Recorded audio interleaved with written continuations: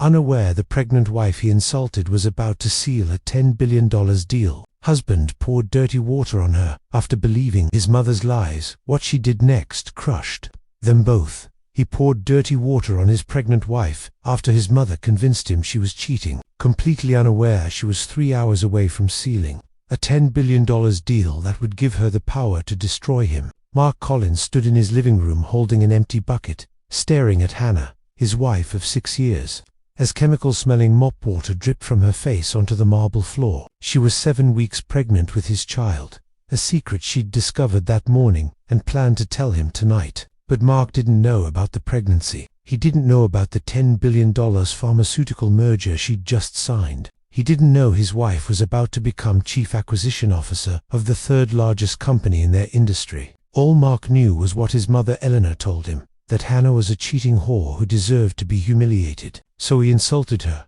called her disgusting, and poured dirty water on the woman who'd spent 6 years hiding her success to protect his fragile ego. Hannah stood there silent, dripping, trembling, her hand moving unconsciously to her stomach where their baby grew, the baby he'd never meet, and her eyes, those quiet eyes that had always softened when she looked at him, went completely cold. Because the pregnant wife he just insulted wasn't just about to seal a $10 billion deal. She was about to become untouchable, and the husband who poured dirty water on her while she carried his child was about to learn exactly what happens when you destroy the one person who was holding your entire world together. But what lies did his mother tell that made him believe his loyal wife was betraying him? What was Hannah hiding that made her seem so suspicious? And what would a woman with $10 billion worth of power do to the husband who humiliated her, the mother-in-law who manipulated him, and the mistress waiting in the shadows? The dirty water hit Hannah's face like a slap from God. Cold, chemical, filthy. It soaked through her cream Armani suit, the same suit she'd worn 6 hours earlier, when she sat in a boardroom with 17 lawyers and executives and signed her name on documents that would change her life forever. The bleach burned her eyes, the smell made her gag, but she didn't move. She just stood there, frozen, like her body understood something her mind couldn't process yet. Mark dropped the bucket. It hit the floor with a hollow clang that echoed through the house. His hands were shaking. His face was red, twisted, angry. But underneath the anger was something else. Fear, regret, confusion. He looked at her like he was seeing a stranger. Behind him, Eleanor, his mother, stood with her arms crossed over her chest, her face hard as stone. She didn't look sorry. She looked satisfied, vindicated, like she'd finally proven something she'd believed for years. And in the corner, partially hidden in shadow, stood Lena Hart, the woman Mark had been sleeping with for 8 months. Her hand covered her mouth, but her eyes were wide, bright, almost excited. Hannah's breath came in short, shallow gasps. Her chest felt tight, her throat burned. She wanted to scream, to cry, to ask him why, but when she opened her mouth, nothing came out. So she just looked at him, at the man she'd married 6 years ago in a small church ceremony where he'd promised to protect her, to trust her, to stand by her, and she realized in that moment that the man she married was gone. Maybe he'd never existed at all. Her hand, still trembling, moved to her stomach, flat, unremarkable, but inside, a tiny heartbeat pulsed. 7 weeks. She'd found out that morning when she took a test in the bathroom of her office building, alone, terrified, hopeful. She'd stared at those 2 pink lines for 10 minutes, her mind racing through 100 different futures. She'd imagined telling Mark that night, after she finally told him the truth about everything else, about her real job title, about the merger, about the fact that she wasn't just some mid-level manager like he thought. She was about to become one of the most powerful women in the pharmaceutical industry, and she'd hidden it all from him because every time she succeeded,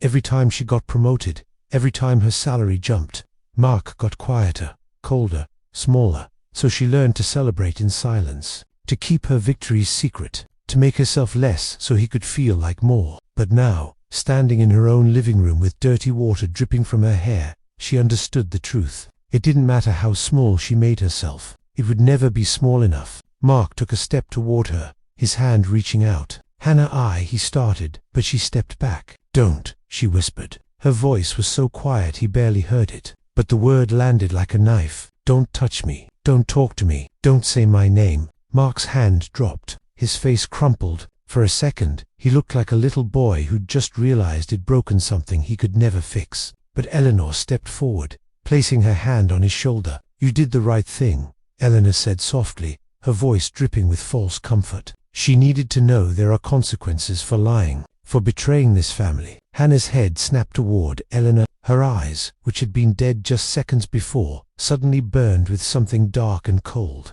"You don't know anything about me," Hannah said, her voice steady now, sharp. "You never did." Eleanor's lips curled into a thin smile. "I know enough. I know you've been sneaking around with that man from your office. I have photos, Hannah. I followed you. I saw you at that hotel. You're a liar and a cheat, and my son deserves better." Hannah's jaw tightened. She could feel her pulse pounding in her ears. She wanted to scream the truth, to tell Eleanor that the hotel was a conference room, that Erin was her colleague, that every late night and secret meeting was because she was negotiating a deal that would change her entire career. But what was the point? Eleanor didn't want the truth. She wanted control, and Mark had chosen to believe her. That was all Hannah needed to know. So instead of defending herself, instead of begging or explaining or crying, Hannah did something that surprised even her. She smiled. It was a small smile, sad, bitter, final. "Okay," she said quietly. "If that's what you believe, then there's nothing left to say." She turned toward the door, her heels clicking against the wet marble. Mark lunged forward.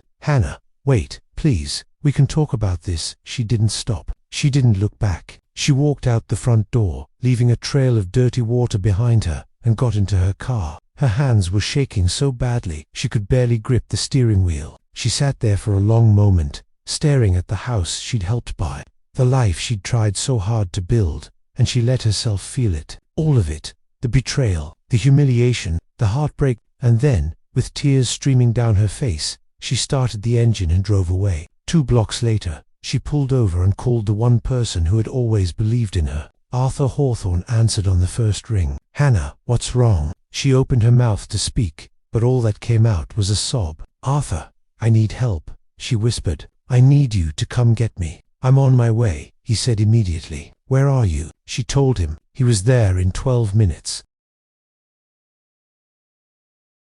Arthur Hawthorne found Hannah sitting in her car with the engine still running, her forehead pressed against the steering wheel, her whole body shaking. He tapped gently on the window and she looked up, her face streaked with tears and something else, something that smelled like chemicals and made his stomach turn. He opened the door and the smell hit him harder. Bleach, dirty water, humiliation. "Hannah, what happened to you?" he asked, his voice tight with concern. She tried to speak but couldn't, so he helped her out of the car, guided her into his own vehicle, and drove her straight to the hospital. She didn't argue. She didn't ask questions. She just sat there, staring out the window, her hand never leaving her stomach. At the emergency room, Arthur stayed close while a nurse led Hannah to a private examination area. Dr. Sarah Patel, a woman in her mid-40s with kind eyes and steady hands, came in and immediately noticed the chemical smell, the wet clothes, the defeated posture. "Ms. Collins, I'm Dr. Patel. Can you tell me what happened?" Hannah's voice came out flat, emotionless. "My husband poured dirty water on me." "Mop water? With bleach?" Dr. Patel's expression didn't change, but something hardened behind her eyes. She'd seen this before. Too many times. "Are you having trouble breathing? Any burning in your throat or lungs?" "A little," Hannah admitted. Dr. Patel nodded, made notes, ordered tests. Then she asked the question that changed everything. "Ms. Collins, is there any chance you might be pregnant?" Hannah's eyes filled with fresh tears. "Yes, 7 weeks. I found out this morning." Dr. Patel's face softened, but her voice stayed professional. "I'm going to run some additional tests. I need you to be completely honest with me. Do you feel safe at home?" Hannah looked at her hands. "No." Dr. Patel documented everything. The chemical exposure, the assault, the pregnancy, the fear. She ordered an ultrasound, blood work, a full examination. 30 minutes later, Hannah lay on a cold table staring at a small screen while a technician moved a wand across her stomach. "There," the technician said, pointing to a tiny flicker on the monitor. "That's the heartbeat." Hannah stared at that flicker, that impossibly small sign of life, and something inside her broke and rebuilt at the same time. "That's my baby," she whispered. But Dr. Patel's face was serious when she returned with the results. "Ms. Collins, there is a heartbeat, and that's good. but your HCG levels are lower than I'd like for 7 weeks, and your blood pressure is dangerously high. Given the trauma you experienced tonight, I need to be very clear with you. You are at significant risk for miscarriage over the next several days. You need complete rest,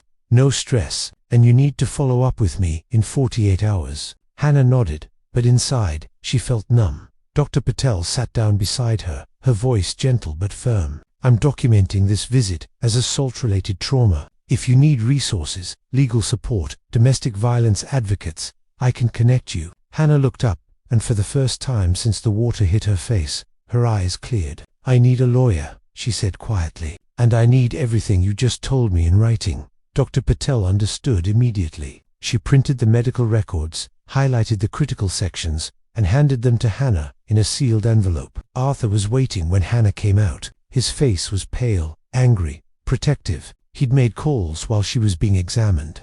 A lawyer, a hotel suite, security. Hannah, you're staying at the Meridian tonight, he said firmly. Top floor, private, safe. I've already checked you in, and tomorrow, you're meeting with Diane Morrison. She handed him the envelope. Make sure she gets this. Arthur looked inside, read the medical notes, and his jaw clenched. He's going to pay for this, Arthur said quietly. They all are. Hannah didn't respond. She just got in his car and let him drive her to the hotel. The suite was beautiful, elegant, empty. She stood in the middle of it, still wearing her ruined suit, and finally allowed herself to fall apart. She cried until there were no tears left. Then she showered, washing away the bleach, the humiliation, the last 6 years of making herself smaller. When she got out, she wrapped herself in a hotel robe and sat on the bed with her laptop. Her phone had been buzzing for hours. 47 missed calls from Mark, texts begging her to come home, to let him explain, to give him a chance. She blocked his number. Then she opened her email and started working. She pulled files,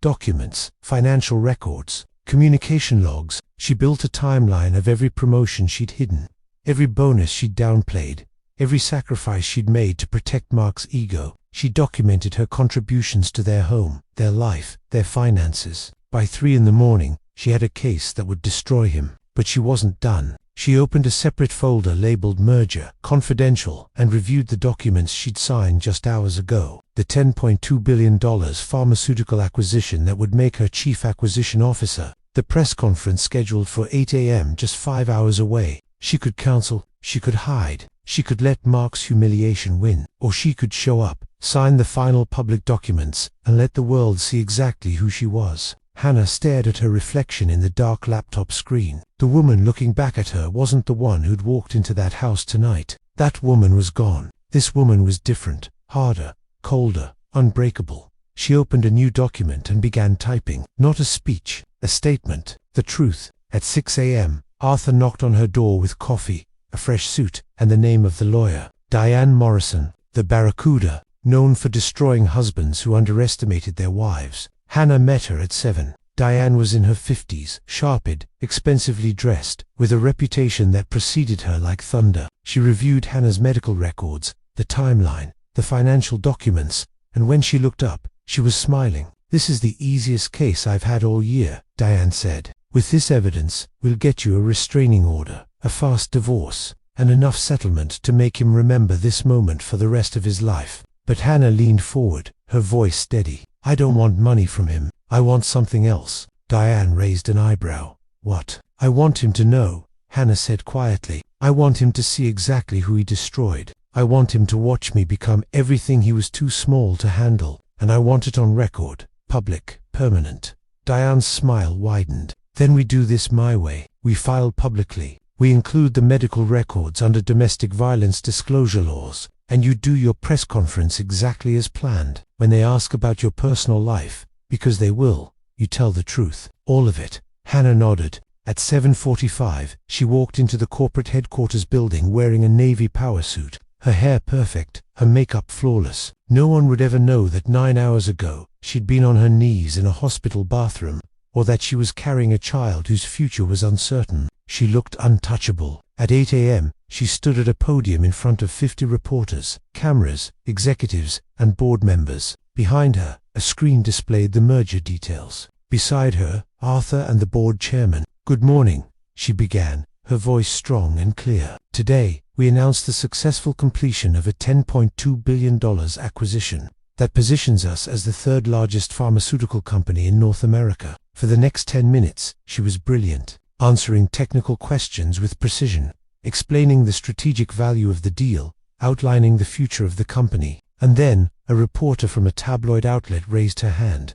"Ms. Collins, this is one of the largest deals led by a woman in this industry's history. How does your husband feel about your success? Is he here today supporting you?" The room went silent. Hannah looked directly into the camera. Her face didn't change, but something in her eyes turned to ice. "That's an interesting question," she said slowly. "2 days ago, my husband poured a bucket of dirty water on me in our living room because his mother convinced him I was cheating. I wasn't. I was preparing for this announcement. But he chose to believe lies over 6 years of loyalty." Gasps rippled through the room. Cameras flashed. "Yesterday, I filed for divorce. Medical records document that I was assaulted in my own home. And this morning, while I stand here telling you about the biggest professional achievement of my life, I'm also mourning the miscarriage. I'm at risk of suffering because of the trauma I endured." Hannah paused, letting the words sink in. "My husband didn't know I was pregnant. He never got the chance to know, because he decided I was worthless before I could tell him." The room erupted. Questions shouted over each other, but Hannah raised her hand, and silence fell. "I'm sharing this because I spent 6 years making myself smaller to protect a man's ego. I hid promotions. I downplayed success. I convinced myself that love meant shrinking. But I learned something. People who truly love you don't need you to be less. They celebrate you being more. My husband, his mother, and his mistress will now watch me become everything they tried to destroy. That's not revenge. That's just truth." She stepped back from the podium. "That's all I have to say about my personal life. Let's talk about pharmaceuticals." The press conference continued, but the damage was done. Within 30 minutes, clips were viral. Within 2 hours, the world knew Mark Collins' name, and it wasn't for any reason he'd ever wanted. Mark Collins sat at his desk watching his wife's press conference on his phone, and the floor dropped out from under him. $10 billion, Chief Acquisition Officer, pregnant. The words crashed into him like waves, each one pulling him further under until he couldn't breathe. His colleague David appeared at his door, face pale, but before David could speak, the HR director was there. "Mr. Collins, you need to come with me now." Mark tried to explain, tried to defend himself, but the HR director cut him off. "Our largest client is the company your wife just merged with. She is now the Chief Acquisition Officer of the entity that controls 60% of our annual revenue. This morning, their legal department called requesting an ethics review of all personnel connected to their contracts. You're on immediate administrative leave. Security will escort you out." Mark stumbled home in a daze. Eleanor was pacing the living room, her face twisted with panic. "This is insane. She's lying. She has to be lying." Mark looked at his mother, really looked at her, and saw her clearly for the first time in his life. "Mom, there's a video. The neighbor's security camera recorded everything. You can hear me calling her a whore. You can hear you telling me to show her what liars deserve. And she wasn't cheating. She was negotiating a $10 billion deal. She was pregnant with my child." Eleanor's face went white. "I was protecting you," she whispered. "Those photos," Mark's voice broke, "were of her colleague at work. You destroyed my marriage because you couldn't stand that she didn't need you, that I might choose her over you. Get out of my house." Eleanor left, shattered, and minutes later a process server arrived with divorce papers and a restraining order that detailed everything, including the miscarriage Hannah suffered 2 days after he poured dirty water on her. Mark collapsed, the papers falling from his hands. 6 months later, Mark worked a mid-level job at a small firm, living alone in a studio apartment. Eleanor lived on state assistance, her son refusing her calls. Lena had moved to another city after losing her job and her reputation, but Hannah stood in her corner office with floor-to-ceiling windows, looking out over the city. She'd established the Collins Foundation for Survivors with $5 million. She'd helped dozens of women leave abuse. She'd built something that mattered. At the final divorce hearing, Mark approached her in the hallway. "Hannah, I'm so sorry. For everything. For not seeing you. For our baby. I destroyed the best thing in my life." Hannah looked at him for a long moment. "Mark, I forgive you, not because you deserve it, but because I refuse to carry your poison anymore. You'll live with what you did. I won't." She walked away, and he watched her go, knowing he'd lost the only person who ever truly loved him. Hannah didn't just survive, she became the woman she was always meant to be, the woman who no longer needed anyone's permission to be powerful. If this story moved you, if you believe survivors deserve justice, hit that subscribe button right now and turn on the notification bell so you never miss a story that matters. And tell us in the comments, where are you watching from? Let's build a community that stands with truth.